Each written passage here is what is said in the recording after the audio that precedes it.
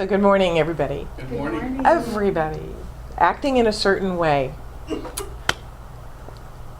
Acting in a certain way, right?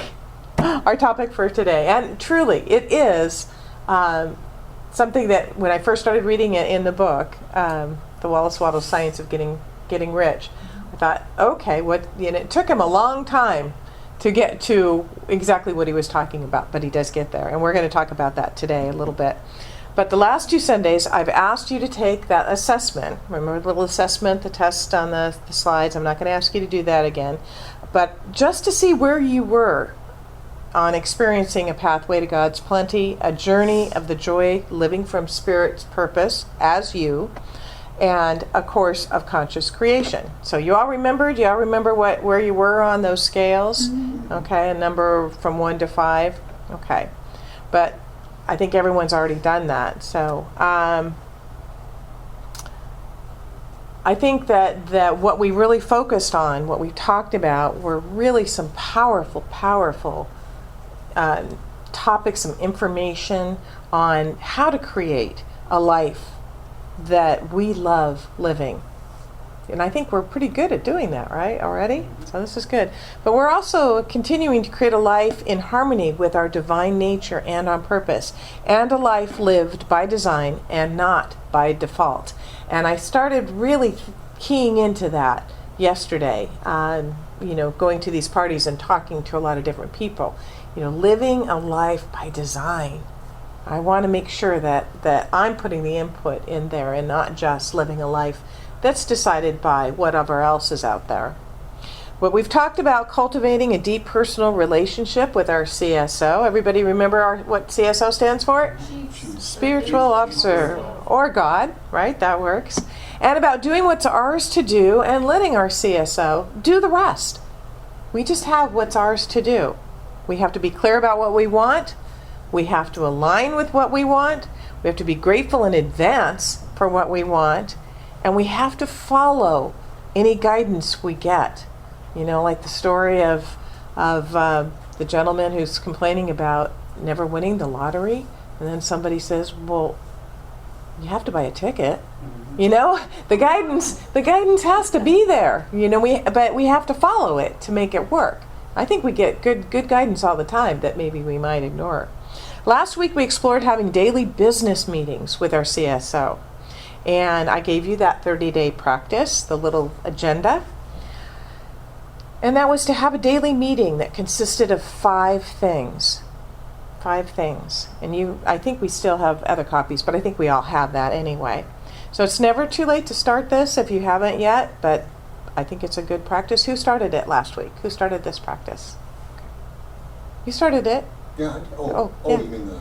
Yeah, the daily agenda. Yeah. I'm right on. You're right on track. So today we're going to continue combining the work of Mae McCarthy in her book, The Path to Wealth, and the work of Wallace Wattles in The Science of Getting Rich. And we're going to find that in addition to our regular meetings with our CSO, we must also act in a certain way. In fact, Wattles writes in The Science of Getting Rich, you must not rely upon thought alone, paying no attention to personal action. This is the rock upon which many other scientific metaphysical thinkers meet shipwreck. I love the way he writes. The failure to connect thought with personal action. So we've got to think it, but we've got to take action too. So today we are going to connect thought with personal action. In order to connect thought with personal action, we need to focus for a few moments on the idea of what kinds of thoughts we are connecting to action. And Wattles happens to have a chapter in the book titled Thinking in a Certain Way. So let's explore that just for a few moments, and then we will make a connection to acting in a certain way. So, just as a little caveat here, none of this is going to be new to you. You're all going to go, yeah, I know this. But it's good to remember. We talk about this a lot. So I'm just going to ask that maybe you listen with new ears. Just listen with new ears, like maybe you haven't heard it before. Maybe there's a part of it that didn't stand out. Maybe there's a part that you haven't yet incorporated into your life. So thinking in a certain way. Waddell suggests that in order to think in a certain way, we must have a foundation on which to build our thinking. So I want to share 3 principles on which our work is based. So here they are. There is one original formless stuff or substance from which all things are made, and which, in its unformed state, permeates, penetrates, and fills all space. That's number 1. Ernest Holmes has to say about that we are surrounded by an intelligent force and substance from which all things come, the ultimate essence in the invisible and subjective world of all visible and objective forms and conditions. It is around us in its original state, ready and willing to take form. Number 2, a thought placed into this substance produces the thing that is thought. A thought placed into this substance produces the thing that is thought. Holmes tells us the starting point of all creation is the thought of God. It is the self-knowing mind speaking itself into manifestation. Number 3, therefore, we can form things in our thoughts which are impressed upon the formless stuff or substance and cause the thing we thought about to be created. Holmes again says, our thought becomes the thing. Our mental state takes on form, color, and temporary reality. We outwardly experience our states of consciousness. Let me repeat the 3 again. There is one original formless stuff or substance from which all things are made, and which, in its unformed state, permeates, penetrates, and fills all space. There's not a space. There's not a spot where God is not, right? A thought placed in substance produces the thing that is thought. And therefore we can form things in our thoughts which are impressed upon the formless stuff or substance and cause the thing we thought about to be created. Gosh, how powerful are we? This is New Thought 101. It's not new to anybody here, I'm sure. And in the words of Wallace Wattles in his book, The Science of Getting Rich, supported by Ernest Holmes. Because this is all true, and it is, we must then be sure to think in a certain way. And what is that way? Well, Waddles tells us you must form a clear and definite mental picture of what you want. You cannot transmit an idea unless you have it yourself. You must have it before you can give it, and many people fail to impress thinking substance because they have themselves only a vague and misty concept of the things they want to do, to have, or to become. You need to know what you want, and to want it badly enough so that it will stay in your thoughts. I think that was a story that Suzanne would tell a couple of times with her dad. She would want something, and he would say, well, this is great, like a bicycle. Let's go and shop for a bicycle, or something like that. And they would go and they'd shop. And the thing is that if she lost interest in whatever it was they were looking for, then he knew it wasn't really something she really wanted. But if it was persistent, then the process started. And somehow she would end up with that bicycle. And it was an interesting story. So pay attention sometimes. If there's something you want, give it 24 hours and then revisit it. Maybe write it down. Do you still want it 24 hours later? You know, I think that helps us clarify sometimes the things that you want. Keeps coming back up. Sometimes that's the divine urge too. So it's I think too, in the writing that we're doing. Yes. Yeah. Oh yes. Our gratitude writing is really helping to clarify what it is we want. It also brings it into 3D reality. Once you've written it down, it's the fourth dimension. And How powerful. How powerful is that? Yeah. So it is good to decide what it is we want. And what's the second thing that is ours to do, leaving the rest to our CSO? So we have to decide what we want. What's the second thing? Do you remember? We have to align with what we want. We have to align ourselves with what we want. And where do we align? Well, of course, first in our thoughts. We align ourselves in our thoughts. And that is where our spiritual work is. To stand guard the portals of our minds and to think only the thoughts we want to see manifested in our lives. Wow, that sounds easy. But I know it can be a challenge, definitely. In this thing called you, Holmes says not to let anything pass our lips we don't want returned to us in our lives. Whew, boy, that can be a challenge. And I will add to that and say, don't let anything pass between your ears that you don't want returned into your life. Maybe a good time to turn off the news, especially for me. It's not easy to do, and I get that. It isn't. It is a daily challenge. It's sometimes a minute-by-minute challenge. Wattles writes, it is not your part to guide or supervise the creative process. All you have to do with that is to retain your vision, stick to your purpose, and maintain your faith that the three fundamental principles are in fact true, and gratitude. So what's our third thing that is ours to do, according to May McCarthy? Anybody remember what it is? I gave you a little hint there. To be grateful. There you go. Grateful in advance. To be grateful in advance. That's part of our treatment process too. We give thanks that it is already done in the mind of God, right? It is the vision, faith, gratitude, and one more ingredient which makes the difference between the scientist and the dreamer. And that one more ingredient, according to Wattles and every other metaphysical teacher that I know, is number 2, acting in a certain way. Wattles writes, your pocketbook is not going to be transformed into Fortunata's purse, which shall always be full of money without effort on your part. This is the crucial point in the science of getting rich, right here, where thought and personal action must be combined.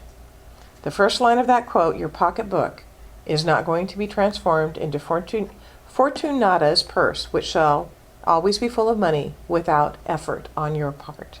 That's the treat and move your feet part. Of course, that reminds me of a story, which some of you may have heard. It's about a man who walks into a restaurant with an ostrich. Anybody remember this story? No? You remember it? Larry's got it? Well, we'll tell it for the rest of you. So the ostrich is following behind him, and he sits down, and the waitress comes over and asks his order, and the man says, I'll have a hamburger, fries, and a Coke. And he turns to the ostrich, what's yours? I'll have the same, says the ostrich. Short time later, the waitress comes and with the order, and she says, that'll be $12.40, please. And he reaches into his pocket. Without even looking or counting, he pulls out the exact amount of change, and he gives it to her. The next morning, or the next day, the man and the ostrich come in again, and he says, I'll have grilled cheese, sandwich, potato salad, and a Coke. The ostrich says, I'll have the same. The order costs $10.10. Once again, he reaches into his pocket, pulls out the exact amount of change, and pays. The next evening, the two enter again. I'll have steak, baked potato, and salad, and a Coke, says the man. Same for me, says the ostrich. Short time later, the waitress comes, and the order is $35.62.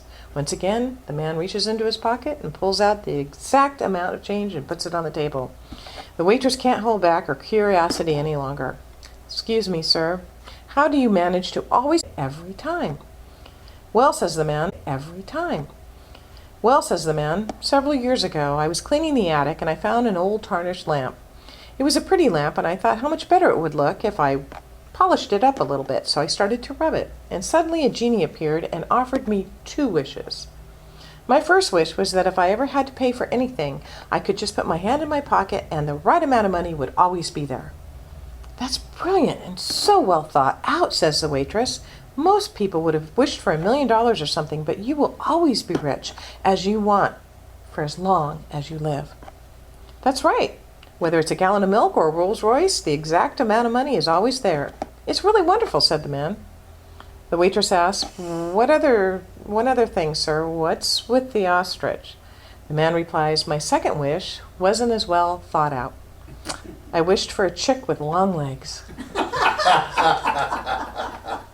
And as we all know from the Geico commercials, genies are very literal. Very. Remember So is God. the guy wishes for $1 million, and that's what he's got all over his yard. So, just because we don't have a genie to give us magic pockets, we must take action.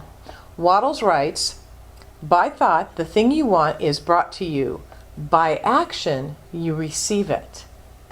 You receive it. So by thought, the thing you want is brought to you. By action, you receive it. So we have to do our part. But what kind of action? We must, according to Waddles, act in a certain way, right? He writes, you cannot act where you are not. You cannot act where you have been. You cannot act where you are going to be. You can act only where you are today.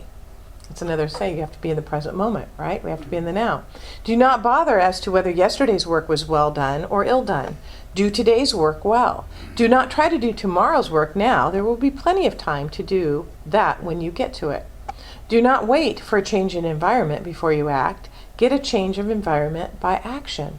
Hold with faith and purpose the vision of yourself in the better environment, but act upon your present environment with all your heart and with all your strength and with all your mind. Amelia Earhart. We've all heard and read about Amelia Earhart. She wanted to be a great aviator. But it was in the 1920s, and people still thought that women were frail and weak and didn't have what it takes. Women's suffrage was not even a decade old at that time. She couldn't make her living as a pilot, so she took a job as a social worker, keeping her vision to be a pilot and acting upon her present environment with all her heart, her strength, and her mind. And then one day the phone rang. The man on the line had a pretty offensive proposition, along with the lines of something like, "We have someone willing to fund the first female transatlantic flight. Now, you won't actually get to fly the plane, and we're going to send 2 young men along as chaperones, and guess what? We're going to pay them a lot of money, and you won't get anything. Oh, and you might very well die while doing this. Do you want it?" You know what she said to that offer? Yes, of course. Because that's what people who have a vision and choose to act on it do. That's how people who become great do. They start anywhere, anyhow. They don't care if the conditions are perfect or if they're being slighted. She did that flight successfully, and less than 5 years after it, Amelia was the first woman to fly solo nonstop across the Atlantic and became rightly one of the most famous and respected persons in the world. But none of that would have happened if she turned up her nose at that offensive offer or sat around feeling sorry for herself. Rather, she acted in a certain way. So the idea of having your vision, seeing it, and living it by thinking and acting in a certain way is how we truly do experience a pathway to God's plenty, a journey of the joy living from Spirit's purpose for you, and a course of conscious creation. And these are the tools that we're talking about this month. Creating a relationship with your chief spiritual officer, having your daily meetings, thinking in a certain way and acting in a certain way, being available when the opportunity arrives and is present before you, even if it doesn't look like what it is you wanted in your order. A few things might be out of the way. But when we do this, we can't help but create a life that we truly love. And so it is.